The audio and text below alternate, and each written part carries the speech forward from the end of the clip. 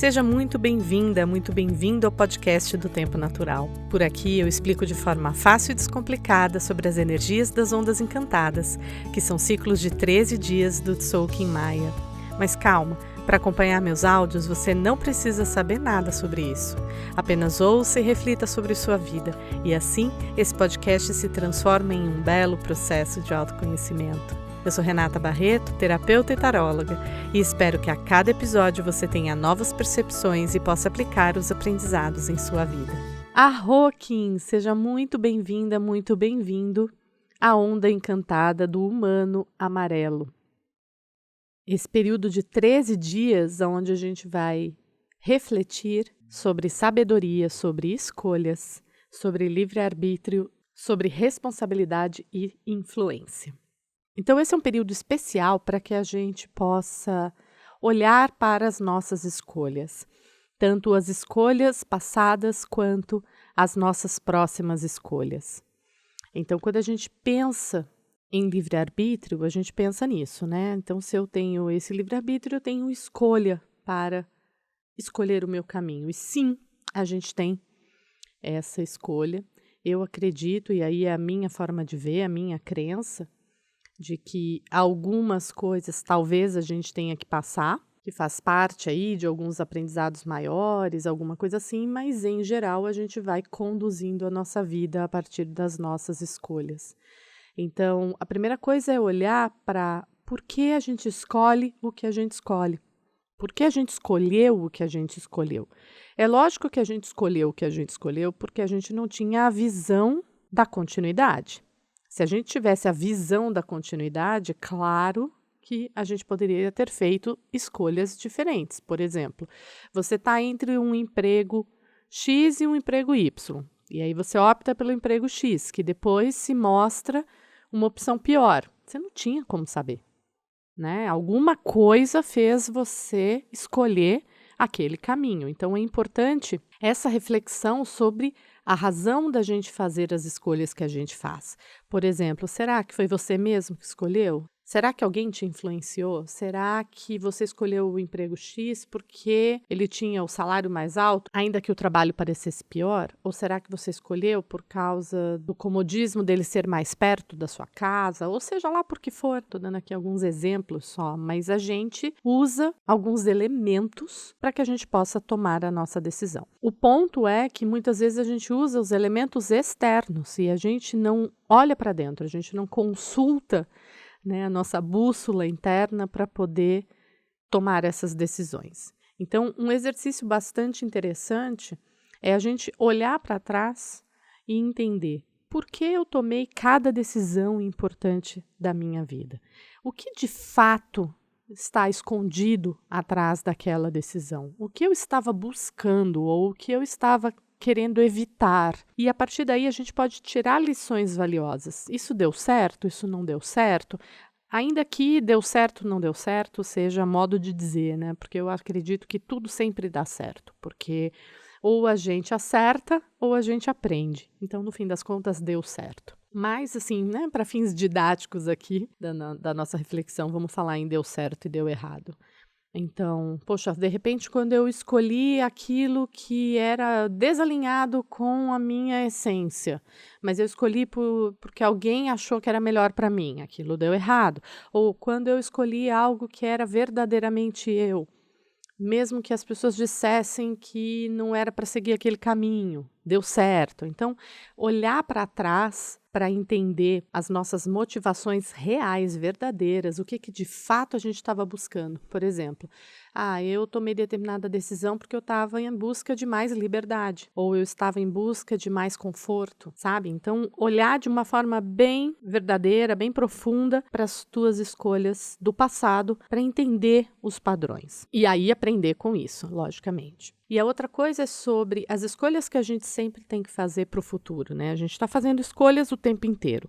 Desde a hora que a gente acorda até a hora que a gente vai dormir, a gente faz escolhas o tempo inteiro. Levanto da cama ou vou trabalhar? Continuo nesse emprego ou saio desse emprego? Continuo nessa relação ou saio dessa relação? Almoço isso ou almoço aquilo? Treino ou não treino? A gente está sempre fazendo escolhas. E cada escolha vai trazer uma consequência e uma nova direção de caminho. Então, por exemplo, se você optar por, quer saber, não vou levantar e não vou trabalhar. Beleza, o que vai acontecer? Estou aqui fazendo de uma forma extrema para a gente entender. Você não vai trabalhar e você vai ser demitido. Isso pode ser uma coisa ruim, você pode vir a passar um perrengue por causa disso. Por outro lado, será que você ser demitido não é o que falta para que você possa encontrar um novo emprego que te deixe mais feliz, ou um novo trabalho que te deixe mais feliz?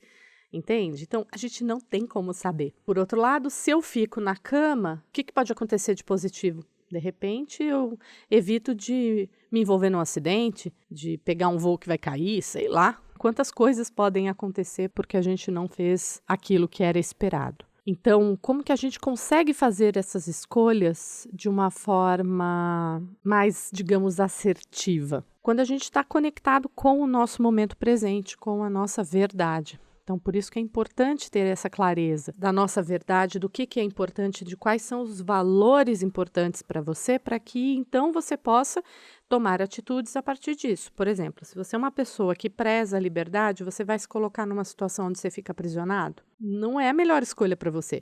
Se você é uma pessoa que gosta, por exemplo, de conforto, você vai se colocar numa situação onde é totalmente aventureiro, talvez não vá ser bom para você. Então, você tem que se conhecer para que você possa fazer as escolhas mais alinhadas. Ou até mesmo para dizer, quer saber, eu sempre gostei de conforto e agora eu quero fazer um mochilão. Perrengue, tá tudo bem.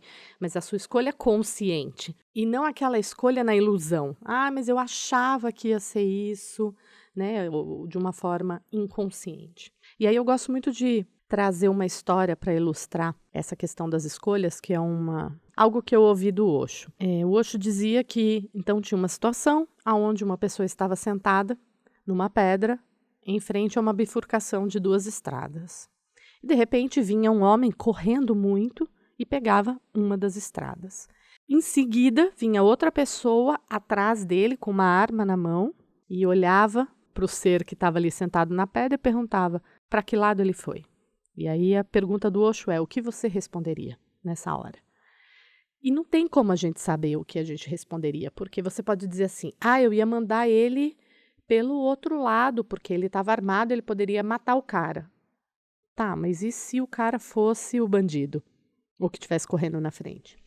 Ou então, eu ia dizer que ele tinha ido pelo lado certo. Tá, mas e se o cara que estava correndo atrás fosse o bandido, sabe? Não tem como você saber essa resposta sem estar no momento presente. Então, o único momento de tomar essa decisão e dar essa resposta é na hora que você está vivendo. Porque aí você se conecta, né, internamente e diz: é isso que eu tenho que responder.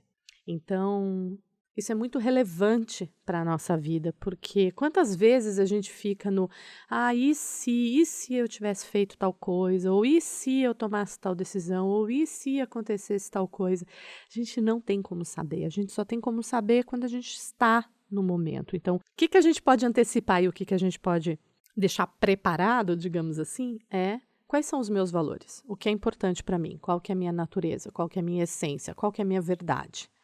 Né, e estar cada vez mais conectado e respondendo a essa verdade, porque quantos de nós já fizemos ou ainda fazemos as coisas por conta da verdade do outro? Então, desde fazer um procedimento estético porque todo mundo está fazendo, até seguir a faculdade que você não quer porque o pai quis, né, ou para agradar o pai ou a mãe. Ao longo das nossas vidas, quantas vezes nós nos desviamos do nosso caminho, da nossa essência, da nossa vontade, para poder seguir aquilo que, de alguma forma, é externo. E aí, esse é um chamado para autorresponsabilidade, né, que é uma das características do humano. Então, quando eu tomo para minha responsabilidade da minha vida, pronto, eu faço as minhas escolhas, independente do que alguém acha sobre isso. Isso é o mais importante. E aí eu convido aqui o tarô para complementar essa minha fala. E o jogo que eu tiro é Rainha de Paus no centro, a carta do Carro no negativo e a carta do Mago no positivo. E o que esse jogo quer dizer? A Rainha de Paus é a própria representação desse protagonismo, né, dessa autorresponsabilidade. Imagina se a rainha de fogo delega a vida dela para alguém. Lógico que não. Ela é protagonista, ela escolhe aquilo que ela quer, os caminhos dela, ela determina. Ela pondera as coisas, mas ela determina. Então ela se conhece. Então é sobre isso, é sobre esse protagonismo. E a carta do carro, no negativo, ela vai falar, é uma carta de água, né? E é uma carta que fala desse equilíbrio de luzes e sombras e que a gente precisa manter esse caminho do meio para que a gente se mantenha equilibrado. Então, às vezes você vai fazer uma escolha que vai te levar mais para o lado direito. Às vezes você vai fazer uma escolha que vai te levar mais para o lado esquerdo. E tudo bem. Não tem como seguir uma linha fixa, reta. Esse equilíbrio ele é dinâmico, né? Mas você vai corrigindo a sua rota. Se você desviou um pouco a mais, você volta para o centro. Aí você bateu do outro lado, você viu que foi muito. Aí você volta para o centro para que você mantenha esse carro alinhado. E a outra coisa importante também é imprimir a velocidade certa, né? Senão você desgoverna o carro ou então alguém vai bater em você se você estiver lento demais.